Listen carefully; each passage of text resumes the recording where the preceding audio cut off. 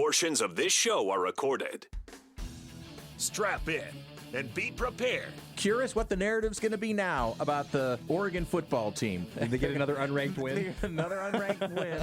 You know, you just can't get out of your own way, folks. Interesting guests. Kelly Graves, Mike Parker, Josh Pate, Melissa Lombardi, Yogi Roth, who've said that Justin and I are smart. Sharp opinions. What's amazing to me is we're talking about a 10-1 team that's 7-1 in the Big Ten, like they're underdogs. I know. It's like, wow, how did that happen? And some smiles. No, I really put some effort in there. And there was no try, there was just do, and you did. So no, I was Yoda. because It's Danny Havel. I mean, it's wave after wave after wave after wave of talent. That's good coaching. That is that whole culture, next man up attitude. Justin Grossweiner. I can't believe I'm saying this. Thank God for the Beavers.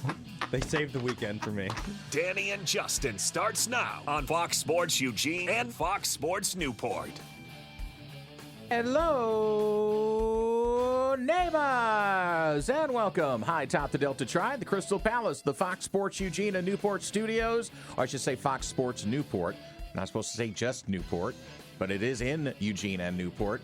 And follow along with me, kids, live from the Bigfoot Beverages studios in the Valley and on the coast. Thanks for tuning in wherever and however. You can also catch us on Twitter and Blue Sky. Danny and Justin podcast us as well. Danny and Justin, thank goodness for Michigan football for not announcing something at 3:01. So we have something to talk about right off the jump. We also have Angie Machado from Beaver Blitz 24/7 Sports. It's been about a week since JaMarcus Shephard has been named the head coach at Oregon State University football. So we'll get her impressions of the first week of the new regime, and Coach Shephard back in Alabama getting ready for the college football playoff. All of that and more here on the Danny and Justin radio program. I am Danny Howell right over there. That's my tag team partner, Justin Grossweiner. We call him Baby J.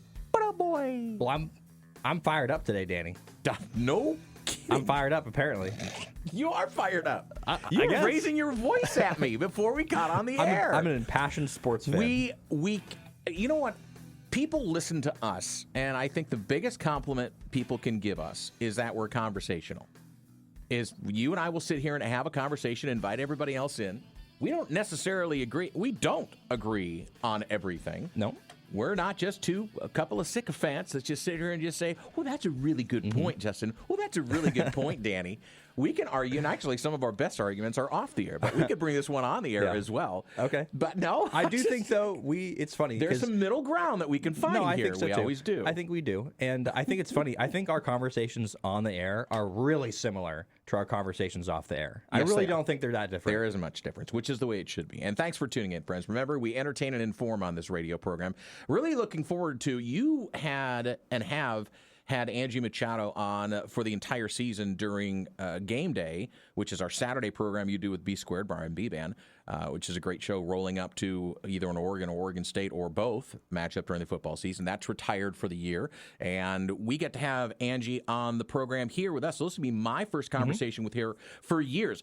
Back in the day when I did a show way back, way before I'd like to probably remember, Angie was just starting out, and I had her on my program fairly regularly. She's not going to remember me, but that's okay. I don't do this to try and be remembered. I try and be like a good official. If you don't know that they're there, then they did their job. Yeah. That's exactly the way I look at it.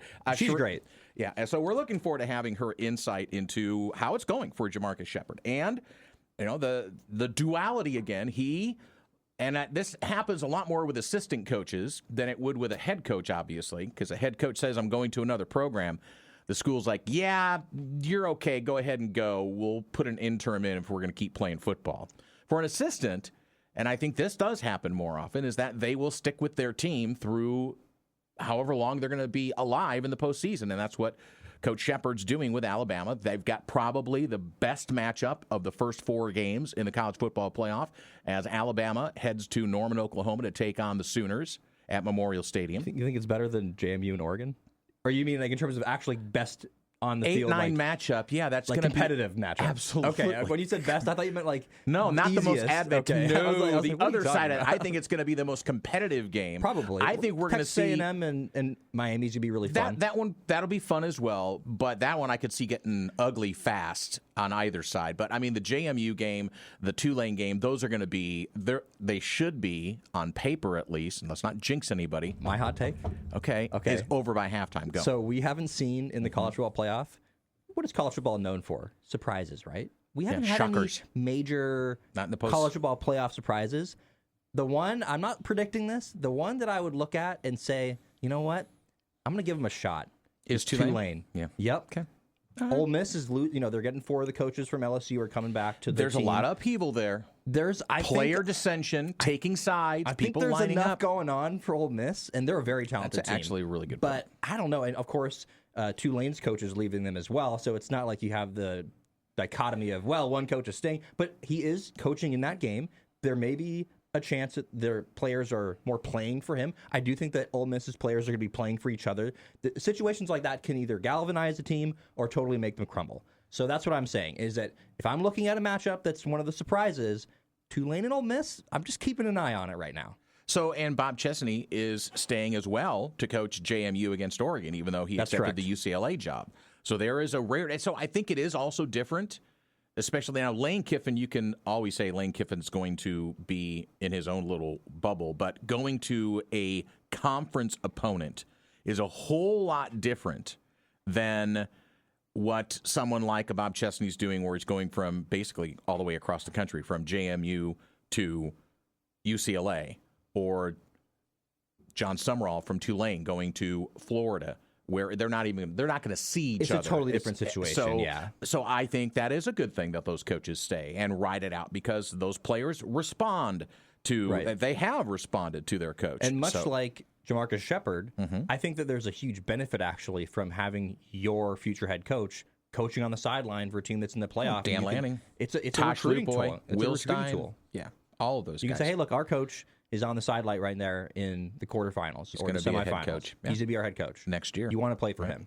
So Sherrone Moore is out at Michigan. The details will start to trickle through, but after 2 years, and apparently there was something off the field. Now, this is all alleged, and of course, but please read Twitter with one eye open, one eye closed, and with a grain of salt, because now there's going to be stuff that's going to be flying all over the place saying this is what happened, that what happened, yada, yada, yada. The point is that Michigan apparently has confirmed that Coach Moore is out. Yeah, it's been reported that he's had there's credible evidence that he is engaged in an inappropriate relationship with a staff member. Okay. And so that's the end of the Sherrone Moore era. That lasted all of 2 years and a few games. Right. Do you think that ultimately, with all the stuff that's gone on for Michigan since they won a championship, you think it was worth it? For the chance, in other words, they sold their soul to the devil to win their national championship. They totally did, didn't they? Yeah. Well, yeah. If you, I mean, look at what Jim Harbaugh's got to show cause if he ever wants to go back. Like, thanks, but no thanks. Well, he did I know, all deference to our good buddy, the governor, Yogi Roth. He did the whole Pete Carroll thing. I mean, Pete Carroll won those championships at USC, and he said, hey, guess what? We're going to be on probation for a while. Bye. I'm going to Seattle. I'm going to go cash a check, boys. And I don't think that Sherrone Moore necessarily did a bad job. But also, I don't think that Michigan was on the precipice of being where they were, right? No, you mentioned that really quickly before we got on the air, and I didn't have a chance to respond because then we got into the Indiana conversation, which we'll get into. Well, I know we're going to get into it, is that you're right, especially the standard that a Michigan man has, and it's a high standard. It's one of those Ohio State. It's why Penn State ran out of patience with James Franklin. And the way the season started this year, and it's just like, we don't see where we have a path now to get to the college football playoff, so we're going to cut the cord now. Now, I'd say got really lucky and got a good young coach in Matt Campbell at the 11th hour, and now he's in State College. So we'll see what he does to turn that program around. Jim Knowles is now out of a job as the defensive coordinator at Penn State after being there 1 year after leaving Ohio State. Wasn't he the highest paid around the country as well? I think so. And I had thought that he was going to have Jim Knowles was going to have an inside track because he has ties to Oklahoma State to get that job, but he didn't even come close to getting a sniff for that job. I don't know if he applied for the Penn State job or if he was even interviewed. The only name that came up ever within the Penn State program was Terry Smith. Do we have Landon on tomorrow? Is that right? We are going to have him on tomorrow. So Landon Tengwall, you want to tune into the program tomorrow. If you can't make it, make sure you get to the podcast, Danny and Justin, fastest 60 minutes. because Lannon's our inside guy. Moose he knows everything Penn State. He was a former Penn State lineman, offensive lineman, and he is plugged into that program. He really likes the hire with Matt Campbell. I want to talk about Jim Knowles with him tomorrow. And he also made sure to tell me that he had been looking at JMU's tape as well. So he's going to be in tune on them. Great. So we'll get a little sneak peek to JMU as they come to Austin Stadium, 4:30 kick next Saturday. Now, this coming Saturday, you got a free weekend to watch whatever. You got picked games this weekend. You going to throw some NFL in there? Yeah, we're going to have to talk about that, I think. Okay, we'll talk about it. I'd be happy to throw some NFL in there. I think have to do some good games. Because there's not that many great bowl games that we can pick. Yeah. Now, we can go. I think this has to be a little bit of a team effort this week. Okay, all right. Well, we'll get Goose involved with that as well. And you're gone next week, but you're going to still do your picks remotely next week. So I won't be able to break down, I guess I'll be able to be there after the college football playoff game for Oregon. Yes, absolutely. You'll be here that following Monday. Not the lead up. Sorry. And that's Christmas week. So, all right. Again, later on in the program here with Danny and Justin here for a Wednesday hump day from the Bigfoot Beverages Studios. We'll have Angie Machado from Beaver Blitz 24/7 Sports. You can follow her on Twitter, Angie Machado. That's Machado with the number 1 right after it on Twitter. All right. So let's talk about defensive lineman Stephen Daly, who is a stud star standout defensive end for Indiana.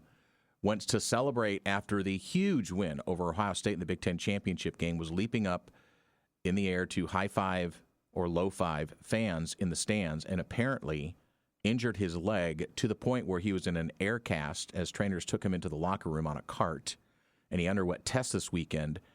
Curt Cignetti, the head coach, called the injury serious. He anticipated that he is going to be out for the remainder of the season. That is a big loss. He had 19 TFLs, that's tackles for loss, racked up 5.5 sacks in his first year on a Power 4 roster. And Cignetti says, it was it took him 45 minutes to get off the field. I mean, the Indiana fans that were there were swarming the field, and those that weren't swarming the field, the players were up and celebrating. Now, you and I have a disagreement, and I don't exactly understand what we're disagreeing on. Okay, though, I think it's more about the delivery rather than the message. So I say that it's kind of like if you don't want to be in trouble at 2 a.m., then don't go out at 2 a.m. Okay, so this is where I need a clarification here, because you're using the word trouble, and this is where I have I guess I wouldn't say problem, but I would like some clarification from you. So, because where is what I see from him, what he's doing? I don't see him doing himself anything, which is terrible grammar. I don't see him doing anything that is putting himself in a position where I'm like, oh, you're going to get yourself injured. It really seems like it's one of these freak. It was a freak thing. It was a freak accident. But so what do you mean by he's getting himself in trouble? Well, my point is that if he's not, and now see, this is where you took it, I think, a little bit more literally. Okay, is that if he's not, okay, let's just lay it out this way. If he's not celebrating with the fans, does he jump up and down and hurt his leg? Possibly. Okay. But it was the action of going out and celebrating with the fans, which believe me, I am the last one to tamp down enthusiasm and celebration. I was on the field when Ohio State lost to Oregon, and I was kneeling down at the 20-yard line, basically kissing the Autzen turf because I was so happy and celebrating, and I was there with the mob. And a cheerleader jumped up in my arms. I think I already told that story to everybody, which was one of the highlights of my life. So, and I love my wife. So, what I'm more saying is that I can see an overreaction from some coaches, from some athletic directors, from someone to say, we don't want our players. You can go high five people or low five people. We don't want you jumping up and down. He didn't go into the stands. I'm saying he also barely jumped. Okay, but still, if you don't do that at all, then we're not talking about Maybe we are, though. Maybe we're talking about he did this because I think in terms of injuries, I don't think it was like, oh my gosh, all of a sudden this pops up and it's just because of this specific action. There must have been something going on with his leg and his ligaments. Okay, already. but that's not what the story is. The story says, well, of course, he hurt himself during the post-game celebration, jumping into high five Hoosier fans in the stands. So I'll put it to, maybe I'll throw it out this way. And listen, if you disagree with me, you're more than happy to hop on the Oregon Man Clinics hotline at 541-343-5673. I'm not ganging up on Baby J, but I'll just put it to, I'll go to an extreme that will probably amplify my point or maybe dig me deeper in. If I'm running with scissors and I trip. But this is my thing. Do you think what he's doing is akin to that? If I don't run with scissors at all, I won't impale myself on scissors. Okay, so if I'm not jumping up in the stands high-fiving, I'm not coming down on my leg and hurting myself. That's what I'm saying. So the action had a reaction to it. So I'm gonna let you finish. Sorry. Okay, no. So and I'm not saying it was right or wrong. It was a freak thing that happened. All I'm saying, I feel horrible for this kid because he played an incredible season, and now he's going to be in a boot watching his team hopefully get themselves to a national championship game and even be more heartbroken because he knew he could be contributing to this. So I feel horrible for the kid. I'll just say, if you don't put yourself in that situation, then it doesn't happen. It doesn't happen that way. I mean, again, you can trip, you can slip on water on the ground, and you fall backwards, you hit your head, and you get a concussion. Yeah. I'll say this. I stood up the other day from the gym after I had just done some workouts, and I literally, I'm telling you, normally stood up, and I thought I was going to tear my left calf. I swear it felt like, whoa, like what was that? So my thing is, have you ever seen a young man, or this typically is kids, that they have like a banister or something like that, and they jump up and they touch it? Have you ever seen people do that? I used to do that as a kid. I'd run around and Did you hurt yourself doing that? No, what I'm saying is it's like kind of the same motion that he's doing. My thing is this. If he would have done that, and if he, they have a banner or something like that when they leave the locker room and they'll jump up and hit. Yep. Well, Notre Dame play like a champion. Exactly. They hit it every time. If that was the case, and there was a video of him doing that, afterwards out of excitement or something like that, would you have the same sort of conversation of like, well, you put yourself in this position. If you weren't in this position, you wouldn't have had this happen? Maybe I would. I don't know. I just think so. It is not an easy thing to, how would I say? It's not an easy thing to dissect. Quantify?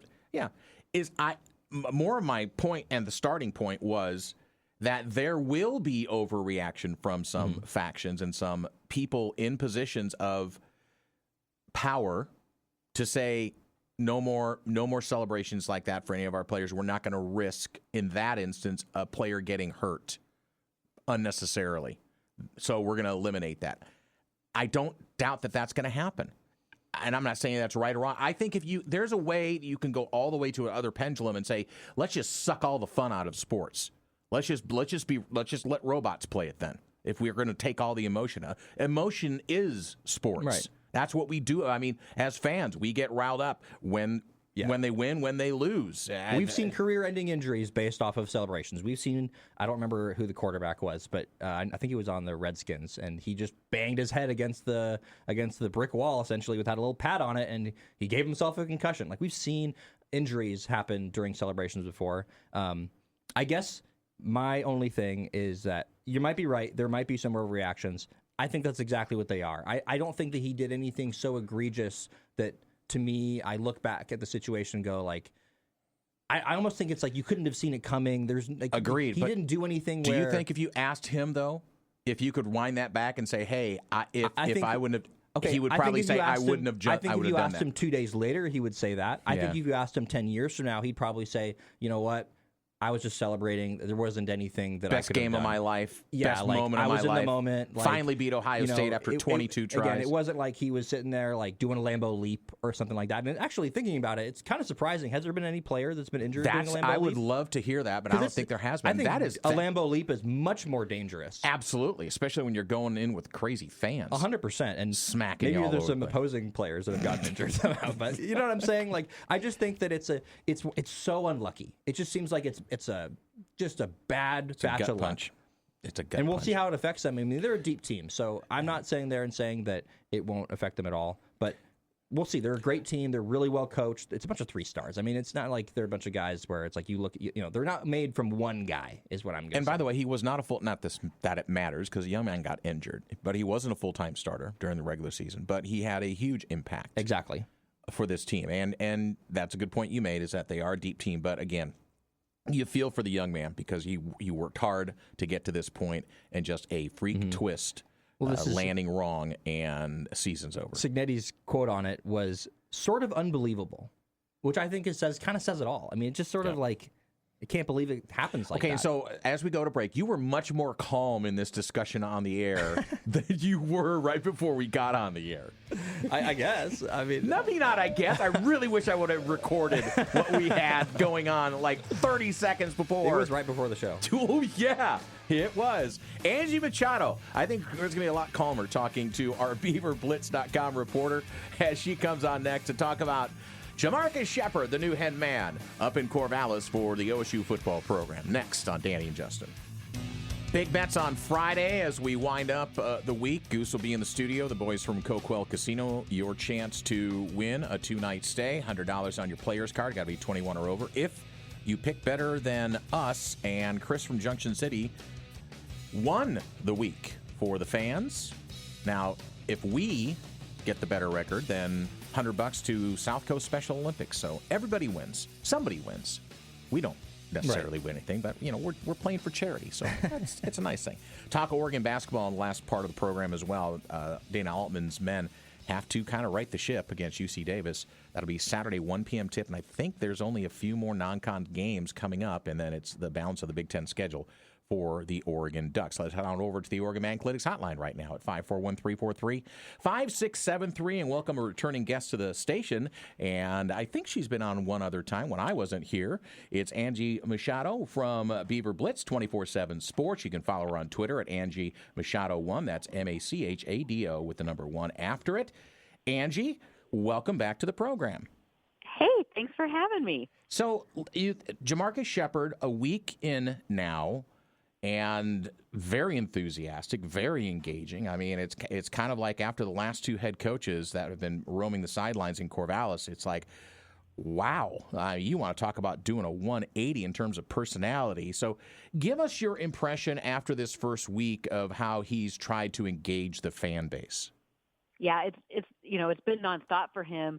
And especially being from Bama, he had promised Kalen DeBoer that he would help coach through that SEC championship game on last Saturday. So he was in Corvallis.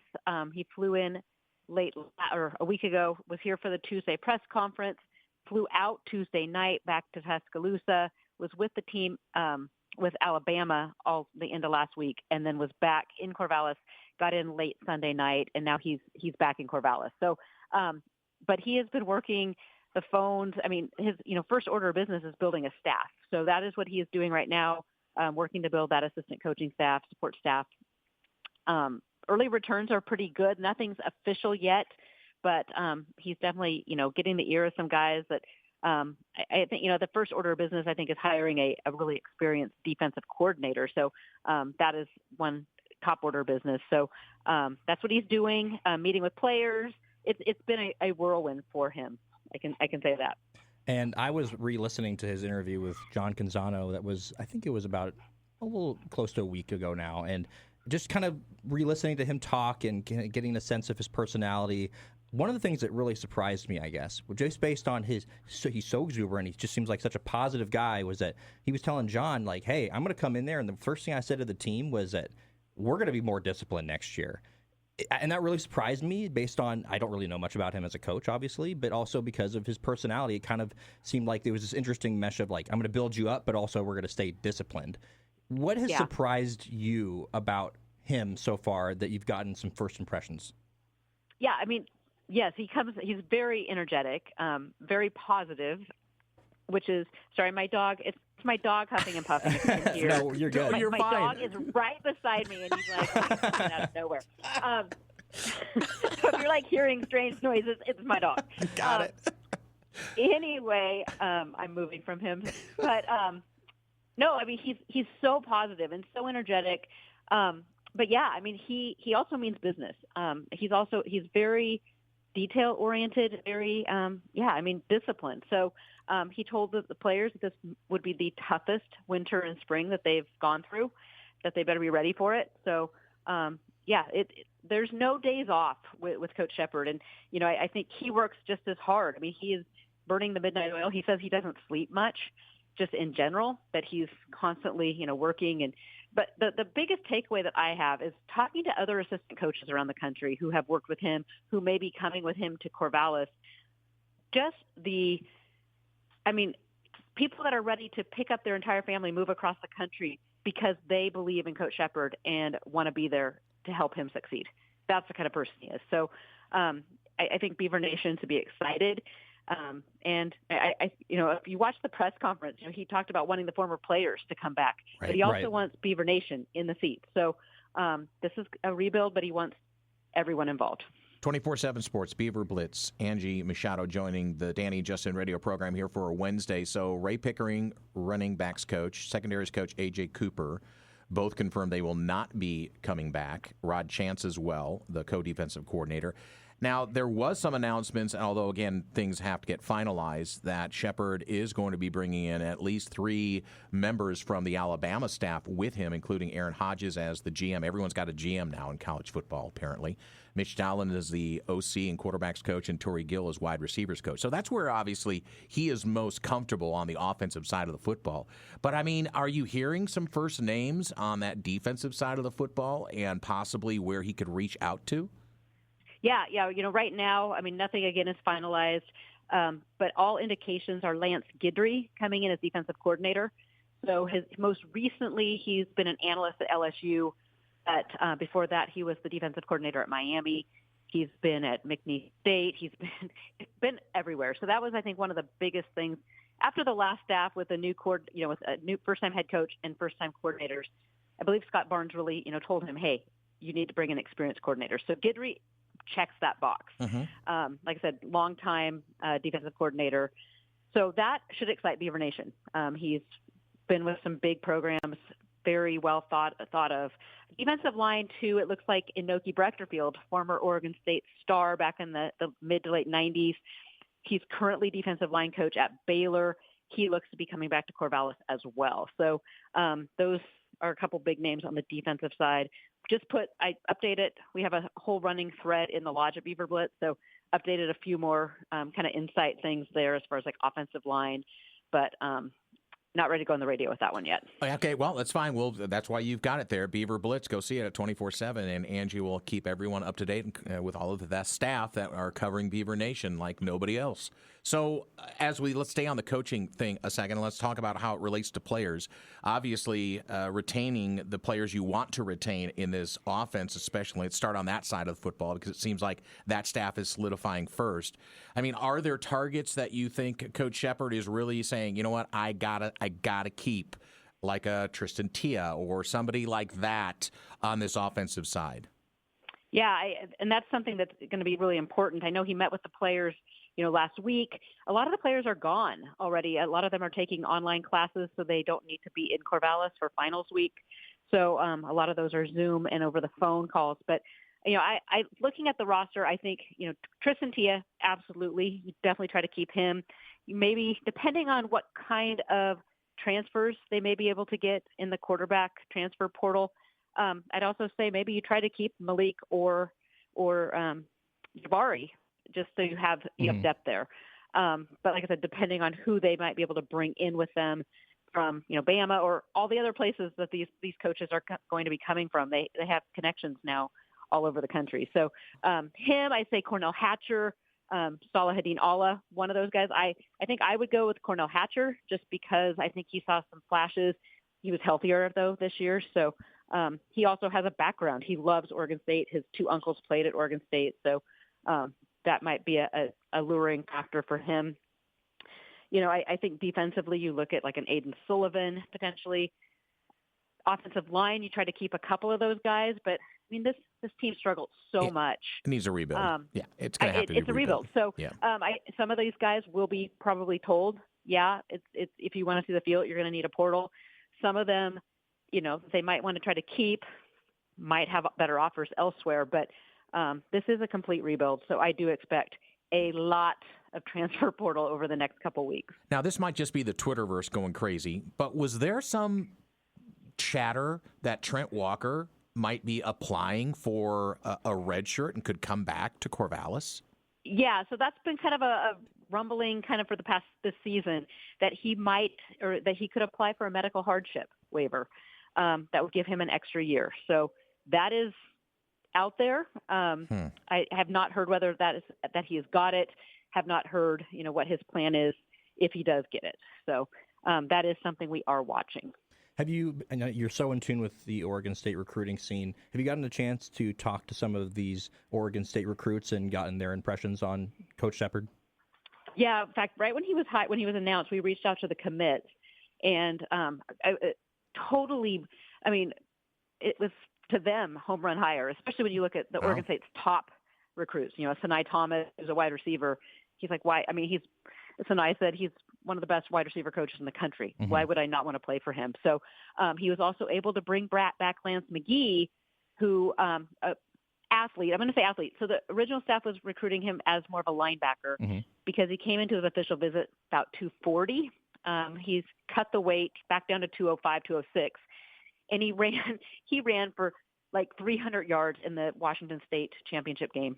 So the guys put up gaudy numbers at running back. So I do think the staff, Coach Shephard came in. He had decommitted from Oregon State when they fired Trent Bray. Mm-hmm. The staff was able to come in and get him recommitted.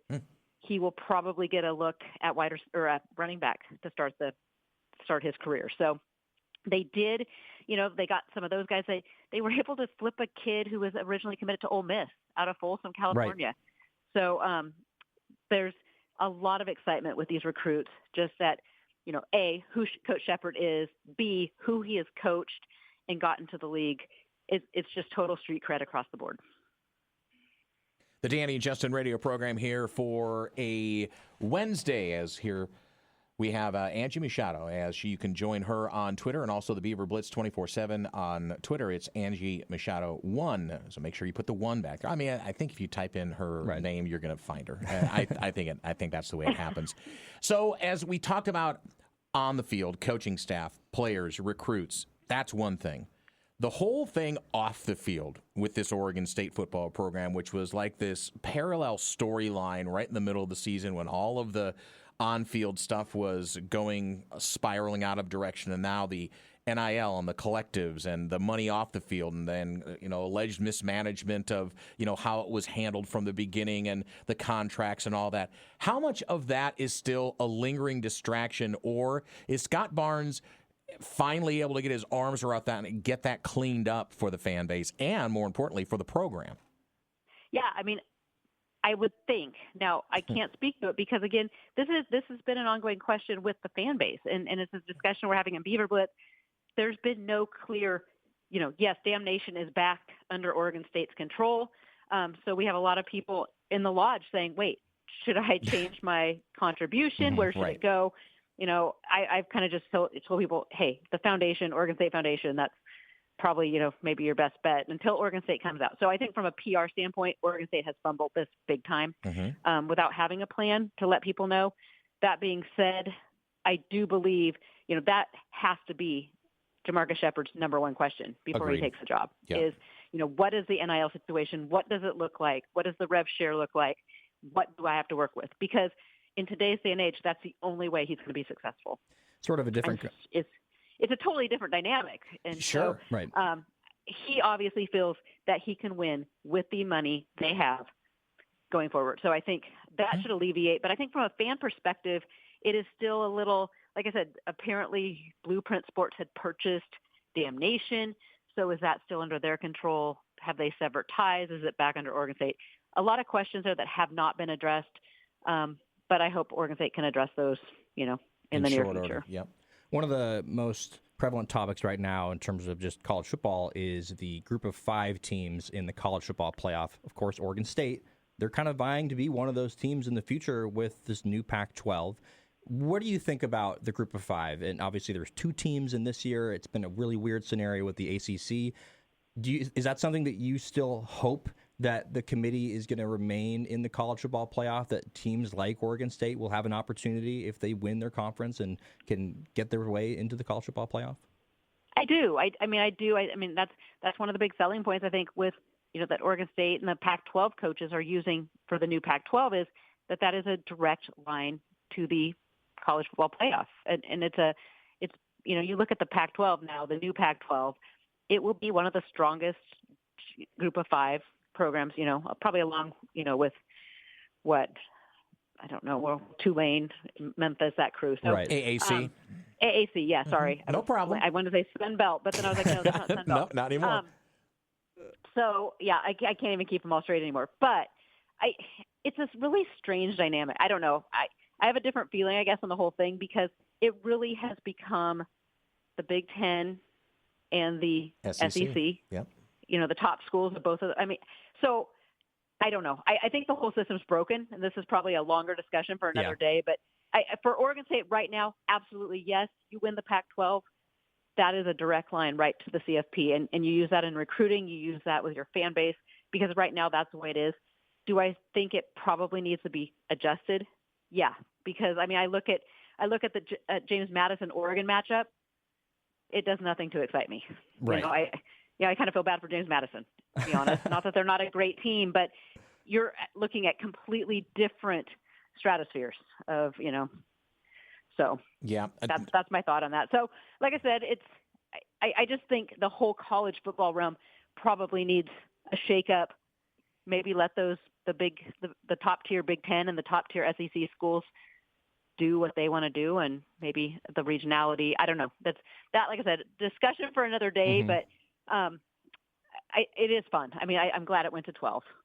Yeah, and I think it's going to stay there. And Notre Dame flexing their muscles, getting some memorandum of understanding from the college football playoff, kind of extorting a bid next year if they're in the top 12 is again crazy. We can completely agree. Angie, we will have one other conversation. We're just going to talk about this, and the three of us can fix it. Right? I mean, you look at it like Alabama. I'm like, okay, well, if you really want to get into it, I mean, both Tulane and James Madison earned their way in. Yeah. You want to look at Alabama.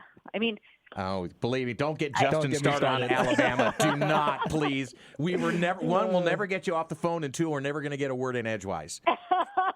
Okay. So I want one last question for you, and it kind of does talk about matchups. And because you've been close to this for a long, long time, just as long as I have, is the Civil War. And I still call it the Civil War. I'm not going to call it the rivalry game. Thank you very much. It's the Civil War. And there's going to be, at least in the short term, a hiatus from that game, which I'm sad about because some of the matchups that I've been at on both sides. I was up in Corvallis a few years ago when it was, the big lead for Oregon and that they just frittered it away. And it always seems like, well, more than not, that the team that has more to lose in that matchup ends up losing that game, which is great theater. But your thoughts on where we can find room for that game again, especially with just the dollars that are tied into what the new model of college football is turning into. Yeah, I'm torn on this one. And I think the fan base is really torn on it as well because at the end of the day, Oregon State likes the money part of it. And the fan base loves the old tradition, but I would say that rivalry is kind of dead. Yeah. It's like I said, both teams have kind of been, when Oregon left the Pac-12 and the whole Pac-12 fell apart, like I said, they're two different stratospheres now. You have one team with media rights way higher than Oregon State now is like a Mountain West team. So it's not I'm saying fair in air quotes matchup anymore. It's not like it's just gonna the breadth is getting wider. So I do think that there is some from Oregon State side you have players and recruits that say let me play them. I want to play them. I think from a fan base perspective, you have fans that kind of think it's not the same. And honestly, why do we want to just make it an easy, Oregon has a travel in the Big Ten now, their own choosing. Why do we want to make it easy for them to have a non-travel game when, it's a fair point. It's not that it's so, and an easy win for them. So there's a lot of schools of thought, but I do think it will come back. I think that for the state, it's good. I think for the old time fans, it's good, but there's like I said, two schools of thought there. I kind of fall in the middle. I see some positives, but I also, I feel like the fan base is like this too. There's not that kind of that heated hatred of like, oh, it's Oregon. I can't wait. I mean, It was awesome when it was always the last game of the season right after Thanksgiving, and you had this build up that it was Civil War and anything could happen. Now fans, it's in the early part of the season. Fans are kind of like, it's Oregon. It's not the same. Like I can feel Oregon and Washington. They're getting that. The rivalry's picking up. I would say Oregon State, Washington State is going to be a fun rivalry going forward. So it's I guess all things change. It's sad, but I still think it gets played. I just don't think it's going to be maybe the same vitriol between both programs. Well, I think for the fan bases, both Oregon State and Oregon, everyone hates the Huskies. So I think we all can be aligned on that. Yeah, and that's absolutely. What's funny is, like when Oregon State's playing Oregon, then the Huskies are like, well, we can agree that we both hate the Ducks. And then when it's kind of fun. So yeah, we just get to play middleman, I guess. Absolutely. Angie, a pleasure having you on the program. We're going to have you back very soon. Lots to talk about in the off season. Of course, we can talk football 365 days a year on this program. So we appreciate your contributions. You stay well and keep writing. Absolutely. Thanks so much for having me, guys. There she goes, the great Angie Machado. Okay, so has she been on? But she's been on before. I think this might be number one.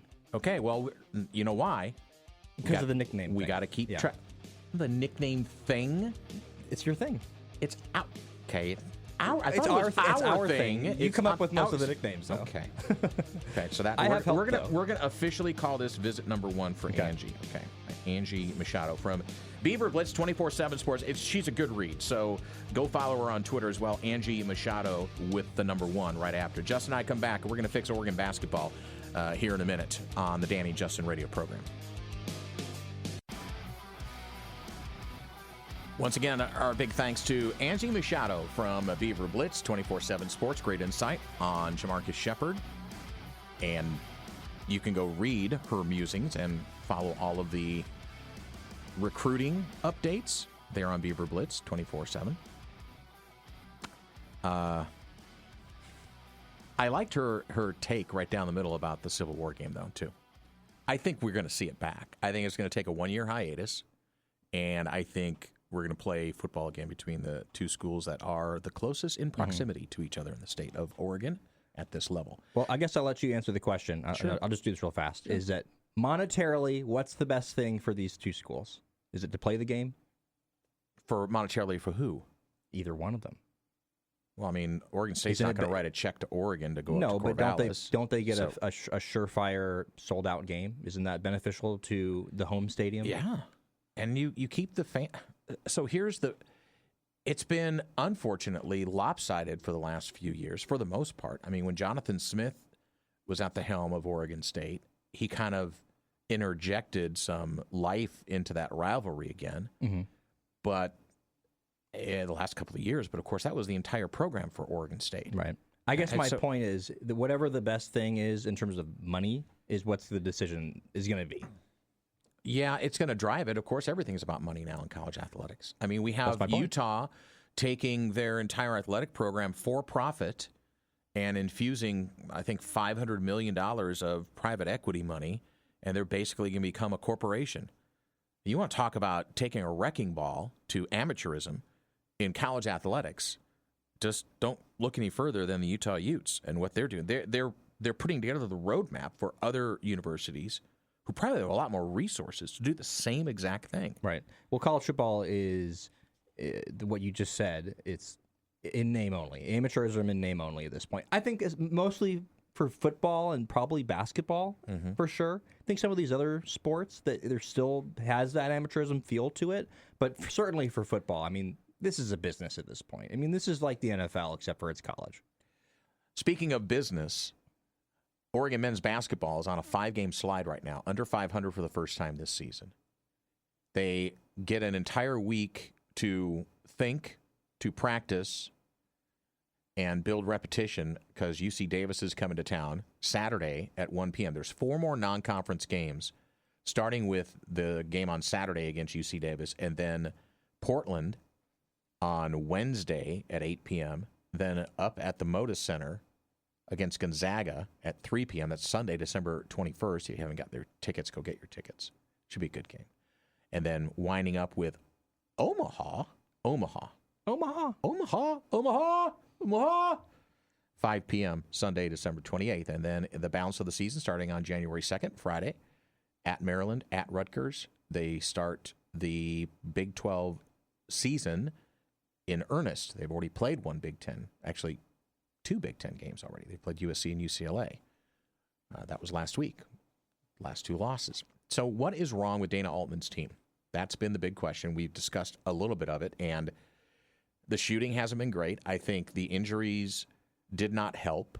I think the chemistry, and it's difficult in any team, but the chemistry on the team has to build.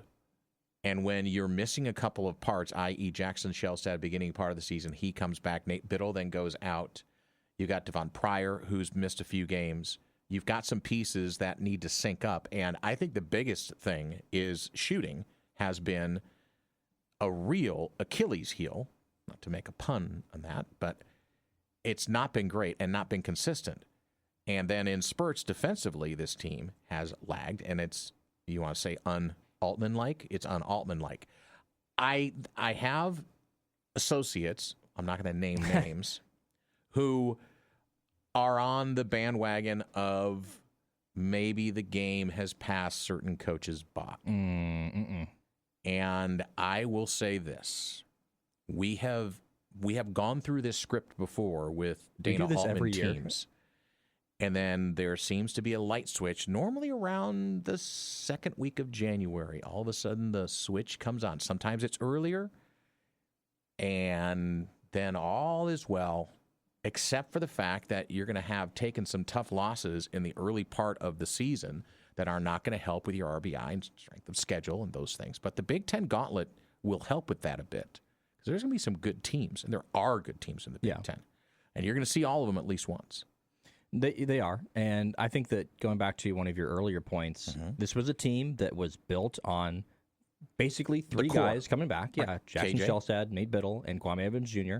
And I think Kwame's been really, really good. I think that, but he's been the only one that's seen the floor consistently. And I think that Jackson's injury in the beginning of the season, going into the season, really hurt them. Really hurt them in terms of they needed a guard that really knew the offense, and Waylon just hasn't been quite ready yet. He looks like he needs some more time to acquiesce into the college game. And then Nate Biddle's injury, I think, also has very much hurt them. He went 0 for 11 from the field last game. That's very un-Biddle-like. It's very, very un-Biddle-like. And I think that you can see, it's very easy to picture this team when they're healthy. You have a guy like Jackson Shelstad that can be that shot creator, that can hit big shots. And you have a guy in Nate Biddle that can both rim protect defensively, but also be a stretch five on offense and stretch the floor and do things on the inside as well. So I just I see the potential of this team. Can I call for calm? Can we call for calm? I am. I'm not ready to be out on this team yet. I think that it's too early. I think that certainly, like you said, the resume is very important. You don't want to stack up too many of these losses, or else you're going to put yourself